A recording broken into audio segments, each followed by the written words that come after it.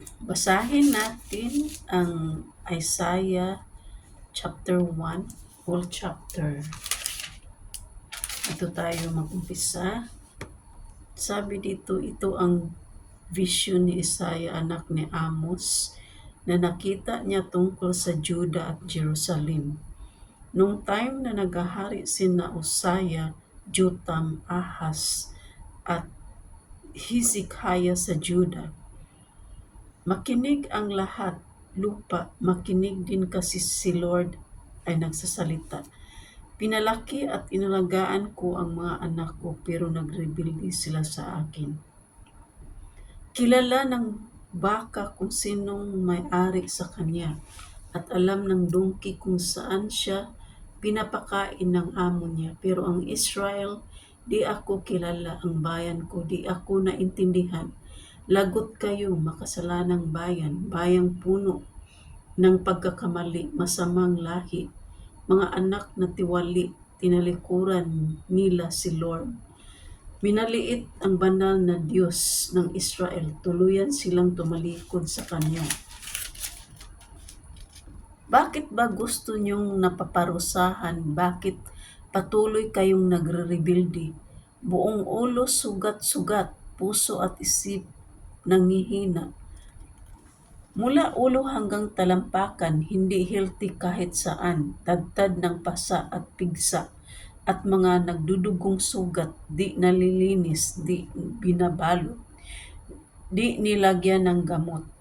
Walang natira sa bayan niyo, nasunog ang mga city niyo habang kayo ay nakatingin, sinakop ng madayuhan ang inyong lupain. Wala silang tinira, winasak na ang lahat. Jerusalem na lang ang naiwan na parang kubo sa ubasan, parang silungan sa gulayan, parang city na napaligiran ng makalaban. Kung di hinayaan ni Lord na makapangyarihan na may matira, baka natulad tayo sa Sodom at para tayong Gomora. Jerusalem, ang mga leader niyo parang mga taga-Sodom. Makinig kayo sa sinabi ni Lord. Ang mga taon niyo parang mga taga-Guruma. Pakinggan niyo ang mga tinuturo ng Diyos. Sabi ni Lord, anong silbi sa akin ng dami ng mga offering niyo? Sawang-sawa na ako sa mga sinusunog na offerings na lalaking tupa at sa mga taba na malulusog na hayop. Di ako natutuwa sa dugo ng mga toro na mabatang tupa at ng mga lalaking kambing. Pag nag-worship kayo sa harapan ko, sinong may sabing apag-apakan niyo ang loob ng tahanan ko? Huwag na kayong magdala ng mga offerings na walang kwenta. Yung mga insinso nyo nakakasuka. Ang pag-celebrate nyo ng moon festival, sabat at mga gathering para i-worship ako puno ng kasamaan. Di ko matagalan. Galit na galit ako sa pag-celebrate nyo ng mga new moon festival at mga gathering para mag-worship. Mabigat ito para sa akin. Di ko na kayang tiisin tuwing magtataas kayo ng mga kamay, nagpipray, di ko kayo titignan. Kahit na nagpipray kayong mag-pray, di ako makikinig. Kaya bahid ng dugo ang mga kamay niyo. Tumigil kayo sa paggawa ng masama, matuto kayong gumawa ng mabuti. Katarungan ang pairalin, tulungan ang mga api, ipagtanggol ang mga ulila, ipaglaban ang karapatan ng mga biyuda. Sabi ni Lord, halika, pag-usapan natin ito. Kahit na ang kasalanan mo ay pulang-pula, magiging kasing puti ito ng snow. Kahit na kulay ito na pulang tila, magiging maputi ito na parang wool. Kung magkukusa kayo at magiging masunurin, matitikman nyo ang magandang bunga ng lupain. Pero kung susuway kayo at magre-rebelde, lalamunin kayo ng espada ng kaaway. Ako si Lord ang nagsasabi nito. Ang magkasalanang city. Hay, ang dating tapat na city ngayon parang prostitute na.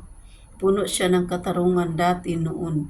nanirahan ang pagiging matuwid sa Kanya. Pero ngayon, ang mamatay tao na lang, para kang silver dati ngayon, tatak na lang, parang masarap na alak, hinaluan na ngayon ng tubig. Mga rebelde ang mga leader mo at kasabwat ng mga magnanakaw. Gustong-gusto nilang tumanggap ng suhol at naghahabol sa mga regalo. Di nila pinagtanggol ang mga ulila at di nila ipaglaban ang karapatan ng mga byuda. Kaya ito ang sinasabi ng Panginoon, si Lord na makapangyarihan, ang Diyos ng Israel, ibubuhos ko ang matinding galit ko sa aking mga kaaway. Gagantihan ko ang mga kalaban ko. Mabigat na parusa ang ibibigay ko sa iyo at tutunawin ko ang karumihan mo gaya ng ginagawa sa Mital. Tatanggalin ko lahat ang bahid mo. Ibabalik ko ang lahat ng mga judge mo kaya nung dati pati ang mga advisors mo gaya nung simula. Tapos noon makilala ka bilang matuwid na city, ang tapat na city. Pagiging makatarungan ang tutubos sa Jerusalem at pagiging matuwid ang magliligtas sa mga nagbabalik loob. Pero yung mga rebelde at makasalanan mawasak ng sabay, pati yung mga tumalikod kay Lord mamamatay. Mapahiya kayo sa pagsali niyo sa pagsamba sa mga banal na oktri. Mahiya kayong pinili niyong pumunta sa garden para sumamba. Magaya kayo sa mga oktri na nalagas ang dahon, matutulad sa mga garden na di nadidiligan. Kaya ang makapangyarihan ay magiging mahina para sinulid ang mga gawa nila, panandalian lang at magkasama silang masusunog, walang makakapatay sa apoy. Ito po yung Book of Isaiah. Ang Book of Isaiah is yung si Isaiah ay isa sa mga propeta na isa sa mga sumusulat dito sa librong Isaiah na ginagamit siya ng Panginoon upang i-prophesize ang pagdating ng Panginoong Hesus. So, ito po yung salita ng Panginoon na binabasa ko at yun. Salamat sa pakikinig.